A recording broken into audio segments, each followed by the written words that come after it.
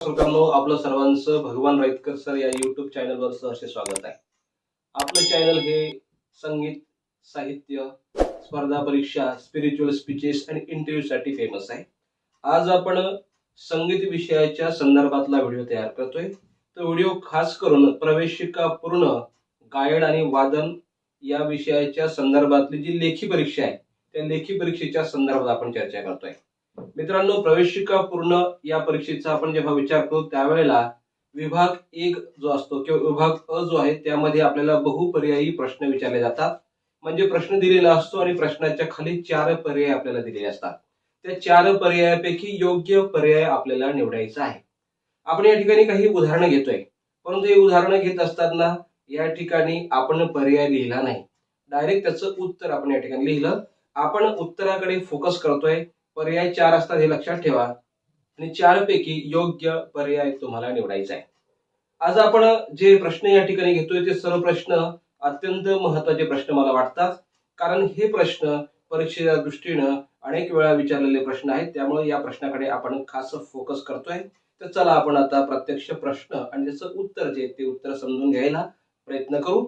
बघा या ठिकाणी मित्रांनो, प्रवेशिका पूर्ण गायन आणि वादन, वादन म्हणजे हार्मोनियमसाठी आणि गायनासाठी जो आपल्याला क्वेश्चन पेपर येतो, प्रश्नपत्रिका येते, त्यामध्ये बहुपर्यायी प्रश्न असतात. विभाग अ मध्ये त्यामध्ये 4 पर्याय आपल्याला दिलेले असतात आणि हे प्रश्न जे आहेत हे प्रश्न आपण या ठिकाणी पाहतो त्याचे उत्तर आपण डायरेक्टली या ठिकाणी पाहणार. पर्याय मी मुद्दामून या ठिकाणी लिहिले नाही, ते पर्याय आपल्या सर्वांना परीक्षेमध्ये दिसतील, परंतु योग्य उत्तर कसं शोधायचं तो सुद्धा आपण प्रयत्न या व्हिडिओच्या माध्यमातून आपण करतोय. बघा प्रश्न क्रमांक 1 जो आहे विभाग अ मधला, त्यामध्ये सप्तक में कुल कितने स्वर होते, म्हणजे सप्तकामध्ये एकूण किती स्वर असतात, तर त्यामध्ये त्याचं उत्तर आहे 12 असतात. आता 12 स्वर आपल्या सर्वांना माहिती, शुद्ध, त्यामध्ये कोमल स्वर आणि तीव्र स्वर असे एकूण जर टोटल आपण जर केली तर त्या ठिकाणी 12 स्वर आहेत हे आपल्याला लक्षात येतं, म्हणून याचं उत्तर आहे 12. गांधर्व महाविद्यालय मंडल की स्थापना कब हुई, अखिल भारतीय गांधर्व महाविद्यालय मंडळाची स्थापना कधी झाली असा प्रश्न आपल्याला विचारलेला असेल. त्यामध्ये 5 मे 1901 हे त्याचा आन्सर आहे. बघा मित्रांनो, ऑप्शन जवळपास सारखे असतात, पर्याय सारखे वाटतात, पण करेक्ट उत्तर तुम्हाला निवडायचे. आणि एक महत्त्वाची गोष्ट की या ऑप्शनच्या किंवा या प्रश्नाच्या समोर एक बॉक्स तुम्हाला दिलेला असतो. त्या बॉक्समध्ये योग्य जे उत्तर असेल त्या योग्य उत्तराचा क्रमांक तुम्हाला टाईप केला यायचा, म्हणजे 1 2 3 4 असा असेल किंवा अ ब क ड असेल, जो असेल तो योग्य क्रमांक तुम्हाला त्या ठिकाणी लिहायचा, हे सर्वांनी लक्षात ठेवा. ठीक आहे. त्यानंतर तिसरा प्रश्न आहे, हिंदुस्तानी संगीत पद्धती में ठाटों की संख्या कितनी है, ठाट किती आहेत, तर त्याचं उत्तर आहे 10, म्हणजे 10 थाट आहेत हे लक्षात घ्या. आपण जेव्हा अभ्यास करू त्यावेळेला आपल्याला 72 10 अशा पद्धतीने थाट आपल्याला पाहावयास मिळतात. तो विचार न करता आपण टोटली जर विचार केला हिंदुस्थान संगीत पद्धतीमध्ये 10 थाटाचा यूज होतो, आपल्याला सर्वांनी लक्षात घ्यायचंय. भूपाळी राग का थाट कौन सा है, आता कुठलाही राग त्याचा थाट आपलं पाठांतर असतं, शास्त्रीय माहिती जी असते रागाची ती आपली संपूर्ण माहिती पाठ आहे. पण ज्यावेळेला ऑब्जेक्टिव्ह विचारलं जातं त्यावेळेला आपल्याला समजलं पाहिजे भूपाळी राग हा कुठल्या थाटामधनं आहे, कल्याण थाट आहे त्याचा.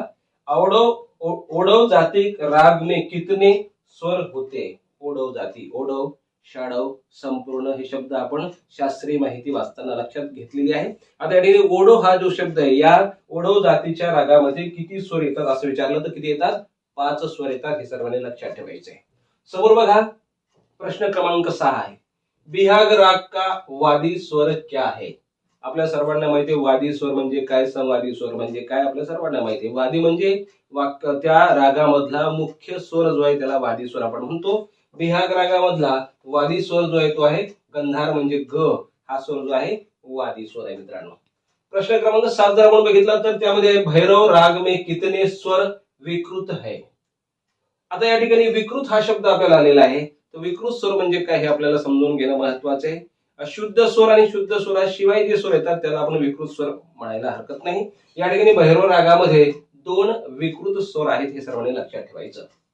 8वा प्रश्न आहे, भारतीय संगीत की मुख्य पद्धतियां कितनी है, तर त्याचं उत्तर आहे 2, म्हणजे 2 त्याची मुख्य पद्धती आपल्याला पाहावयास मिळते.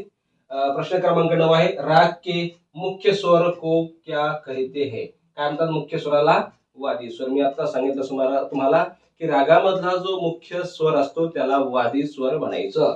त्यानंतर 10वा जो प्रश्न आहे तो तालाशी संबंधित आहे. झपताल की मात्रा एक कितनी है.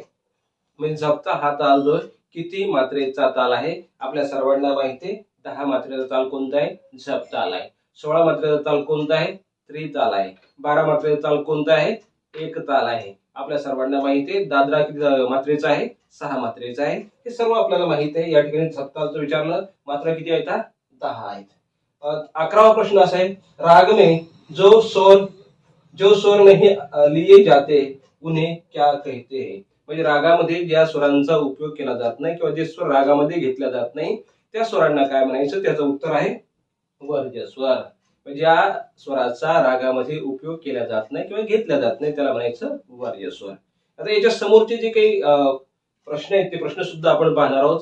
परंतु या व्हिडिओमध्ये आपण 11 प्रश्न घेतले, त्याची उत्तर समजून घेतले.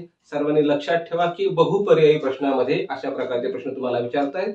योग्य पर्याय निवडायचा आणि त्या पर्यायाचा क्रमांक समोर दिलेल्या बॉक्समध्ये तुम्हाला लोकांना लिहायचा आहे. परीक्षेसाठी सर्वांना खूप खूप मनपूर्वक हार्दिक शुभेच्छा. नमस्कार.